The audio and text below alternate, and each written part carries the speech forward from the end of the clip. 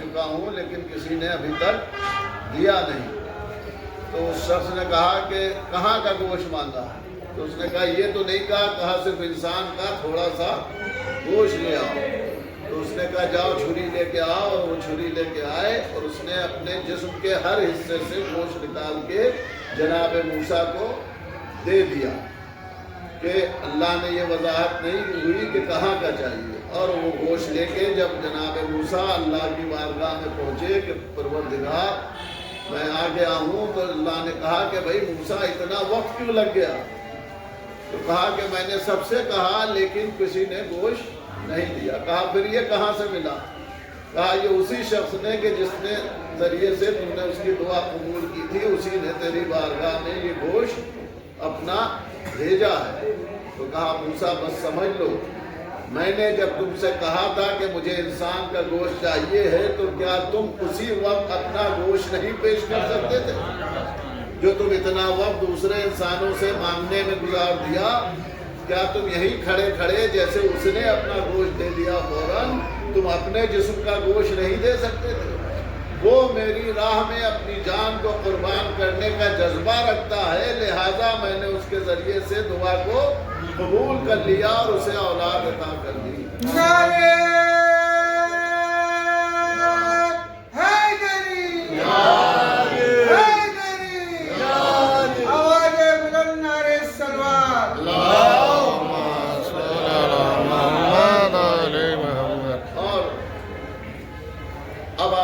अल्लाह की मर्जी को समझें कि जो ये जज्बा रखता हो कि हम अपनी जान और अपनी माल को अल्लाह की राह में कुर्बान कर देंगे, तो अल्लाह उसकी बात को फौरन सुन लेता है और उसके जरिए से दुआ कबूल हो जाती है। तो उसने तो अपने जिस्म का गोश्त दिया था, जान नहीं दी थी, लेकिन इमाम हुसैन अलैहिस्सलाम ने तो अपना पूरा घर अल्लाह की राह में कुर्बान कर दिया। तो अब उनके दर पे अगर इंसानों की हाजतें न पूरी होगी तो किस दर पे पूरी होगी? सुभान अल्लाह।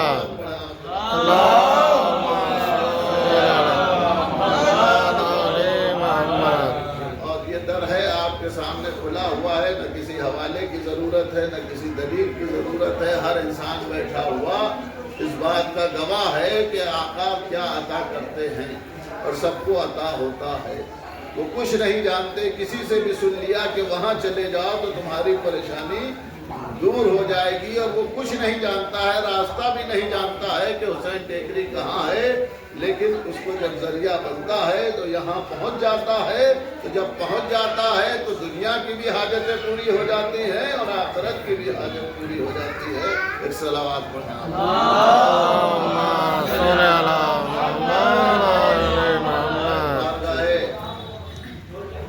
इमाम ज़ैनुल आबिदीन में आप हज़रात तशरीफ़ फरमा है। ये अज़ाखाना चौथे इमाम के ज़रिए से आज़ादारी का सिलसिला और शहज़ादी जनाब ज़ैनब सलामुल्लाह अलैहा के ज़रिए से कायम हुआ, और ये आज़ादारी जारी और सारी है। और ये ऐसी नेमत है कि जिसके ज़रिए से दुआ फ़ौरन कबूल होती है।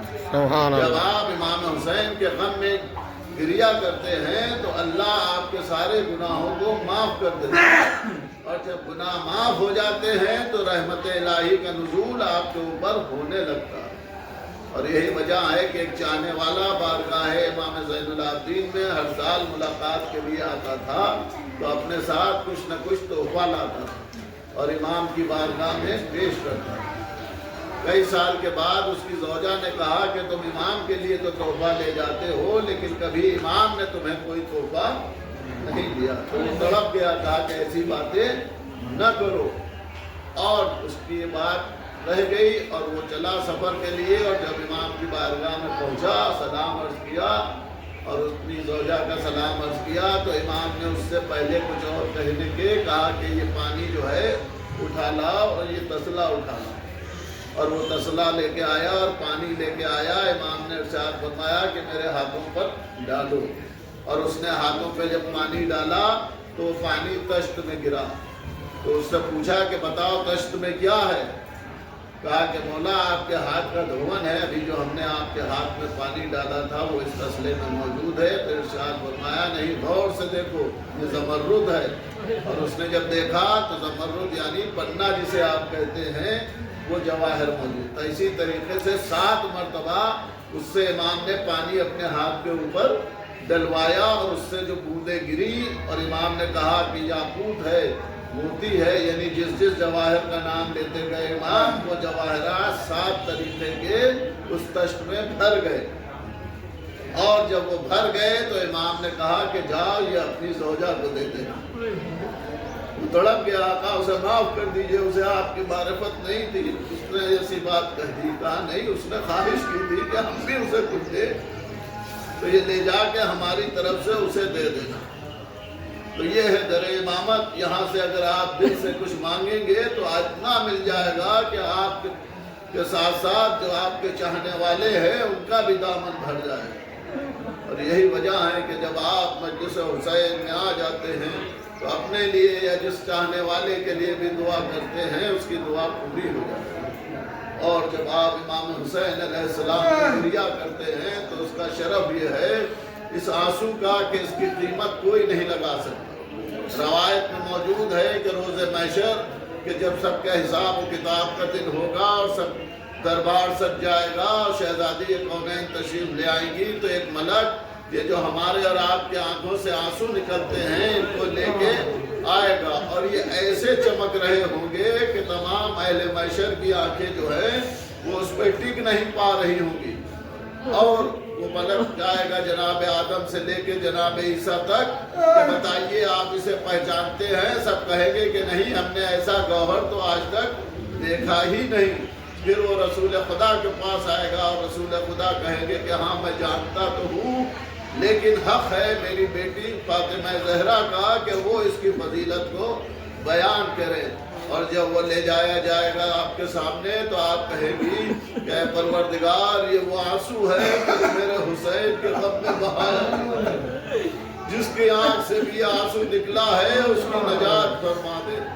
और अल्लाह की तरफ से हुक्म होगा कि जिसके भी आंखों से गम हुसैन में आंसू बहे हैं उन सब की नजात कर दी गई है शहजादी कौनैन के सबब से, और वो जन्नत की तरफ ले जाए जाएंगे। और जब वो जन्नत के दरवाजे के करीब पहुंचेंगे तो फिर निदा आएगी कि ठहर जाओ। तो वो कहेंगे भाई नजात हो गई हमारी, हमें जन्नत का मुजदा मिल गया, अब क्या मसला है? तो अल्लाह की तरफ से आवाज़ आएगी कि इनसे कहो कि ये जितने दुनिया में जिसे जिसे चाहते थे, जिसे जिसे मानते थे, उन सबको इस महशर के मैदान से बुला ले। और वो लोग कि जिनकी आंखों से आंसू निकले होंगे वो अपने चाहने वालों को बुलाएंगे और फिर जन्नत की तरफ बढ़ेंगे तो फिर आवाज़ आएगी ठहर जाओ।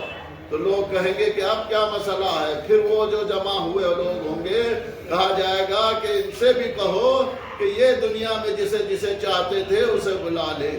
इस तरीके से 7 मरतबा रोका जाएगा और ये कसीर मजमा एक शख्स के आंसू के सबब से नजात पा जाएगा। हाँ, बस उसी मजलूम पे ऊपर गिरिया करने के लिए आप जमा हुए हैं। खुशहाल हो कि जब आप मजलिस बर्पा कर रहे हैं तो हालात साजगार हैं, लेकिन जब यही बीबियां वालियों वारिसों का मातम करना चाहती थी तो कोई डुर्रे लगाता था, कोई तमाचे लगाता था। सकीना जब अपने बाबा को याद करके रोती थी तो जालिम जुर्मों से अजियत पहुंचाता था। हाँ, ये लुटा हुआ काफिला जब राह कूफा और शाम में था तो कूफे की मंजिल में जनाब सकीना ने इरशाद फरमाया, ऐ फूफी अम्मा बहुत प्यास लग रही है, बहुत शदीद प्यास लग रही है। जनाब ज़ैनब ने कहा बेटा सब्र करो। जनाब सकीना ने एक मर्तबा इरशाद फरमाया, फूफी अम्मा देखिए वो जो सामने औरत है वो हमें शरीफ लगती है। पूछा कि बेटा कैसे पहचाना कि वो शरीफ है? कहा कि ऐ फूफी अम्मा देखिए सबके हाथों में पत्थर है लेकिन उसके हाथ में पत्थर नहीं है, सब लोग हमारी तरफ पत्थर फेंक रहे